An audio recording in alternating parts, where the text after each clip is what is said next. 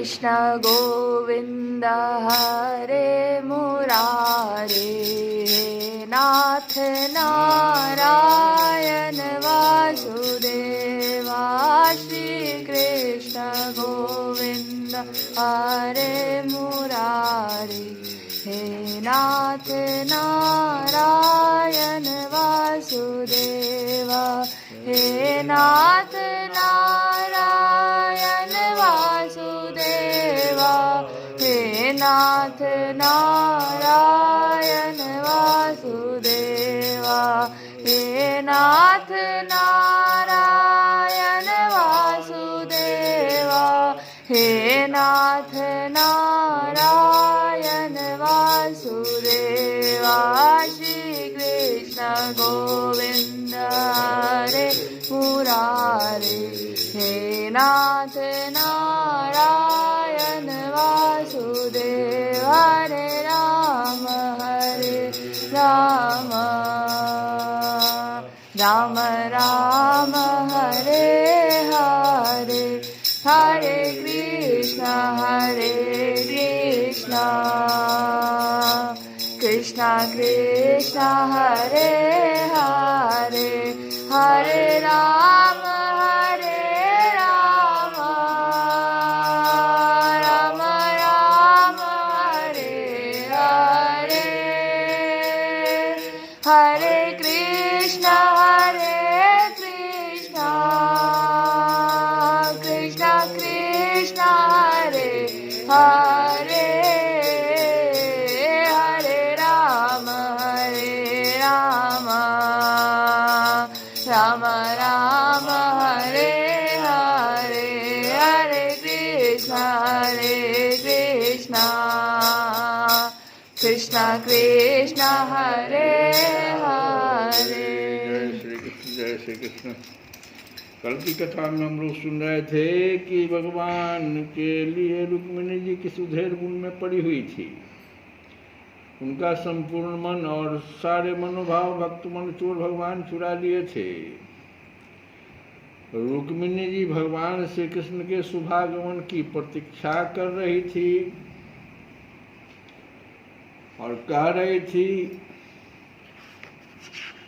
कि श्याम नाम की मेहंदी रचा कर, श्याम नाम की मेहंदी रचा कर, घूंघट में शर्माऊंगी।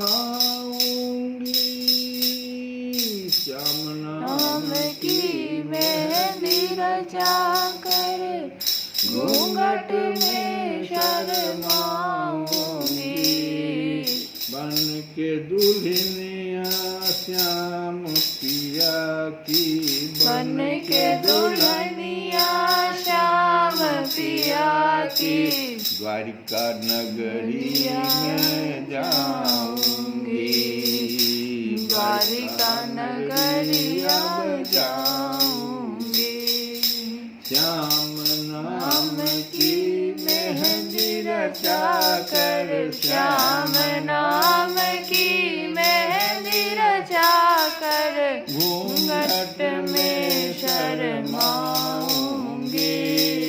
बन के दुल्हनिया श्याम पिया की, बन के दुल्हनिया श्याम पिया की, द्वारका नगरिया जाऊंगी। द्वारिका नगरिया जाऊंगी। श्याम नाम की मांग भरी और, श्याम नाम की मांग भरी और, श्याम चुनरिया ओढ़ी रे, श्याम चुनरिया ओढ़ी रे, श्याम प्रीत रंग राची ऐसी, श्याम प्रीत रंग राची ऐसी, दुनिया से मुख मोरी रे। ओ मेरा हो जाएगा, ओ मेरा हो जाएगा और मैं उसकी हो जाऊंगी, बन के दुल्हनिया श्याम पिया की, बन के दुल्हनिया श्याम पिया की, द्वारिका नगरी अब जाऊंगी, श्याम नाम की मेहंदी रचा कर, श्याम नाम की मेहंदी रचा कर, घूंघट में शर्माऊंगी, बन के दुल्हनिया श्याम पिया की, द्वारिका नगरी अब जाऊंगी, द्वारिका नगरी अब जाऊंगी। इस प्रकार से रुक्मिणी जी भगवान श्री कृष्ण के शुभागमन की प्रतीक्षा कर रही थी। उसी समय उनकी बाईं जांघ, भुजा और नेत्र फड़कने लगे, जो प्रियतम के आगमन का प्रिय संवाद सूचित कर रहे थे। इतने में ही भगवान श्री कृष्ण के भेजे हुए वे ब्राह्मण देवता आ गए और उन्होंने अंतःपुर में राजकुमारी रुक्मिणी को इस प्रकार देखा मानो कोई ध्यान मग्न देवी हो। सती रुक्मिणी जी ने देखा ब्राह्मण देवता का मुख प्रफुल्लित है, उनके मन और चेहरे पर किसी प्रकार की घबराहट नहीं है। वे उन्हें देखकर लक्षणों से ही समझ गई कि भगवान श्री कृष्ण आ गए। फिर प्रसन्नता से खिलकर उन्होंने ब्राह्मण देवता से पूछा। तब ब्राह्मण देवता ने निवेदन किया कि भगवान श्री कृष्ण यहाँ पधार गए हैं और उनकी भूरी भूरी प्रशंसा की। यह भी बतलाया कि राजकुमारी जी आपको ले जाने की उन्होंने सत्य प्रतिज्ञा की है। भगवान के शुभागमन का समाचार सुनकर रुक्मिणी जी का हृदय आनंदातिरेक से भर गया। उन्होंने इसके बदले में ब्राह्मण के लिए भगवान के अतिरिक्त और कुछ प्रिय न देखकर उन्होंने केवल नमस्कार कर लिया तथा जगत की समग्र लक्ष्मी ब्राह्मण देवता को सौंप दी। राजा भीष्मक ने सुना कि भगवान श्री कृष्ण और बलराम जी मेरी कन्या का विवाह देखने के लिए उत्सुकतावश यहाँ आ पधारे। तब तुरही, भेरी आदि बाजे बजवाते हुए पूजा की सामग्री लेकर उन्होंने उनकी अगवानी की और मधुपर्क, निर्मल वस्त्र तथा उत्तम उत्तम भेंट देकर विधिपूर्वक उनकी पूजा की। भीष्मक जी बड़े बुद्धिमान थे, भगवान के प्रति उनकी बड़ी भक्ति थी। उन्होंने भगवान को सेना और साथियों के सहित समस्त सामग्रियों से युक्त निवास स्थान में ठहराया और उनका यथावत आतिथ्य सत्कार किया। भीष्मक जी में कोई दोष नहीं था। भीष्मक जी का जो बड़ा पुत्र था वो रुक्मी नाम था, वो अपने साले से, शिशुपाल से अपनी बहन की शादी कराना चाहता था, उसको द्वेष था। भीष्मक जी को कोई द्वेष नहीं था। विदर्भराज भीष्मक जी के यहाँ निमंत्रण में जितने राजा आए थे उन्होंने उनके पराक्रम, अवस्था, बल और धन के अनुसार सारी इच्छित वस्तुएं देकर सबका खूब सत्कार किया। विदर्भ देश के नागरिकों ने जब सुना कि भगवान श्री कृष्ण यहाँ पधारे हैं, तब वे लोग भगवान के निवास स्थान पर आए, अपने नैनों की अंजलि में भर भर कर उनके वदनार विंद का मधुर मकरंद रस पान करने लगे। वे आपस में इस प्रकार बातचीत करते थे। रुक्मिणी, भगवान की शादी की जब बातचीत चलती हो, विवाह का तो आनंद उत्सव होता है और उसको खूब सुंदर से सुनना चाहिए तो जीवन में आनंद आता है। तो रुक्मिणी, वे आपस में इस प्रकार बातचीत करते थे कि रुक्मिणी इन्हीं की अर्धांगिनी होने के योग्य है और ये परम पवित्र मूर्ति श्याम सुंदर रुक्मिणी के ही योग्य पति है। दूसरी कोई इनकी पत्नी होने के योग्य नहीं है। यदि हमने अपने पूर्व जन्म या इस जन्म में कुछ भी सत्कर्म किया हो तो त्रिलोक विधाता भगवान हम पर प्रसन्न हो और ऐसी कृपा करें कि श्याम सुंदर श्री कृष्ण ही विदर्भ राजकुमारी रुक्मिणी जी का पानी ग्रहण करें। परीक्षित, जिस समय प्रेम परवश होकर प्रवासी लोग परस्पर इस प्रकार बातचीत कर रहे थे, उसी समय रुक्मिणी जी अंतःपुर से निकलकर देवी जी के मंदिर के लिए चली। बहुत से सैनिक उनकी रक्षा में नियुक्त थे। वे प्रेम मूर्ति श्री कृष्णचंद्र के चरण कमलों का चिंतन करती हुई भगवती भवानी के पाद पल्लवों का दर्शन करने के लिए पैदल ही चली।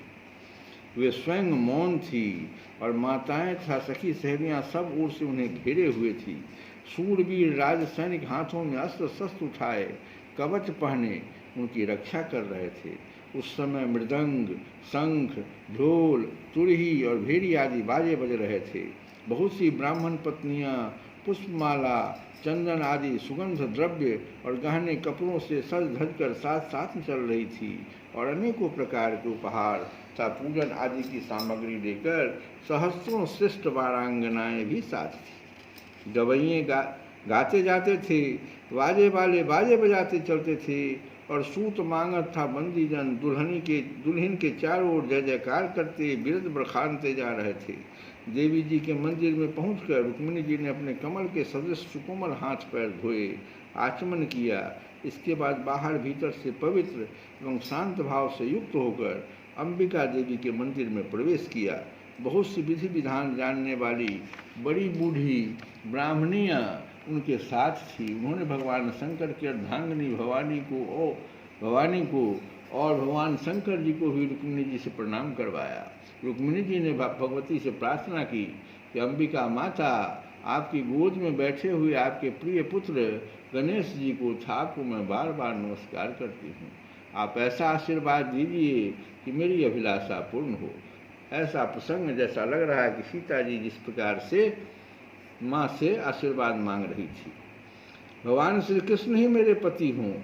इसके बाद रुक्मिणी जी ने जल, गंध, अक्षत, धूप, वस्त्र, पुष्पमाला, हार, आभूषण, अनेकों प्रकार के नैवेद्य, भेंट और आरती आदि सामग्रियों से अंबिका देवी की पूजा की। तदंतर उक्त सामग्रियों से था नमक, पुआ, पान, कंठ, सूत्र, फल और ईख से सुहागिन ब्राह्मणियों की भी पूजा की। ये सब की समझना चाहिए कि सुहागिन ब्राह्मण की पूजा पुआ, पान, कंठ, सूत्र, फल और ईख से होता है। तब ब्राह्मणियों ने उन्हें प्रसाद देकर आशीर्वाद दिए और दुल्हन ने ब्राह्मणियों को और माता अंबिका को नमस्कार करके प्रसाद ग्रहण किया। पूजा अर्चा की विधि समाप्त हो जाने पर उन्होंने मौन व्रत तोड़ दिया और रत्न जटित अंगूठी से जगमाते हुए कर कमल के द्वारा एक सहेली का हाथ पकड़कर वे गिरिजा मंदिर से बाहर निकली। परीक्षित, रुक्मिणी जी भगवान की माया के समान ही बड़े बड़े धीर वीरों को भी मोहित कर लेने वाली थी। उनका कटिभाग बहुत ही सुंदर और पतला था। मुखमंडल पर कुंडलों की शोभा जगमगा रही थी। वे किशोर और तरुण अवस्था की संधि में स्थित थी और करधनी शोभायमान हो रही थी और उनकी दृष्टि लटकती हुई अलकों के कारण कुछ चंचल हो रही थी। उनके ओठों पर मनोहर मुस्कान थी, उनके दांतों की पाँत थी तो कुंदकली के समान परम उज्ज्वल, परंतु पके हुए कुंदरों के समान लाल लाल ओठों की चमक से उस पर भी लालिमा आ गई थी। उनके पाँवों के पायजेब चमक रहे थे और उनमें लगे हुए छोटे छोटे घुंघरू रुंझुन बज रहे थे। वे अपने सुकुमार चरण कमलों से पैदल ही राजहंस की गति से चल रही थी। उनकी वह अपूर्व छवि देखकर वहाँ आए हुए बड़े बड़े यशस्वी वीर सम्मोहित हो गए। कामदेव ने ही भगवान का कार्य सिद्ध करने के लिए अपने बाणों से उनका हृदय जर्जर कर दिया। रुक्मिणी जी इस प्रकार इस उत्सव यात्रा के बहाने मंद मंद गति से चलकर भगवान श्री कृष्ण पर अपना राशि राशि सौंदर्य निछावर कर रही थी। उन्हें देखकर उनकी खुली मुस्कान था लजीली जीवन अपना चित्त लुटाकर वे बड़े बड़े नरपति एवं वीर इतने मोहित और बेहोश हो गए। उनके हाथों से अस्त्र शस्त्र छूट कर गिर पड़े और स्वयं भी रथ हाथी था घोड़ों से धरती पर आ गिरे। इस प्रकार रुक्मिणी जी भगवान श्री कृष्ण के शुभागमन की प्रतीक्षा करते हुए अपने कमल की कली के समान सुकुमार चरणों को बहुत ही धीरे धीरे आगे बढ़ा रही थी। उन्होंने अपने बाएं हाथ की अंगुलियों से मुख की ओर लटकती हुई अलकियाँ हटाई और वहाँ आए हुए नरपतियों की ओर लजीली चितवन से देखा। उसी समय उन्हें श्याम सुंदर भगवान श्री कृष्ण के दर्शन हुए। राजकुमारी रुक्मिणी जी रथ पर चढ़ना ही चाहती थी कि भगवान श्री कृष्ण ने समस्त शत्रुओं के देखते देखते उनकी भीड़ में से रुक्मिणी जी को उठा लिया और उन सैकड़ों राजाओं के सिर पर पांव रखकर उन्हें अपने उस रथ पर बैठा लिया जिसकी ध्वजा पर गरुड़ का चिन्ह लगा हुआ था। इसके बाद जैसे सिंह सियारों के बीच में से अपना भाग ले जाए वैसे ही रुक्मिणी जी को लेकर भगवान श्री कृष्ण बलराम जी आदि यदुवंशियों के साथ वहाँ से चल पड़े। उस समय जरासंध के वशवर्ती अभिमानी राजाओं को अपना यह बड़ा भारी तिरस्कार यश कीर्ति का नाश सहन न हुआ।